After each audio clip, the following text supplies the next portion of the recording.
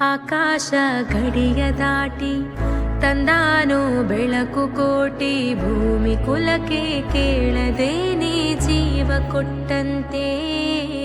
ಕಣ್ಣ ಕಾಯೋ ರೆಪ್ಪೆಗವನೇ ಕಾವಲಾದಂತೆ. ಮೋಡಾನ ಮಳೆಯ ಮಾಡಿ ನೂರಾರು ಹನಿಯ ಕೂಡಿ, ಕಾದ ನೆಲಕ್ಕೆ ಮುತ್ತ ನೀಡುವ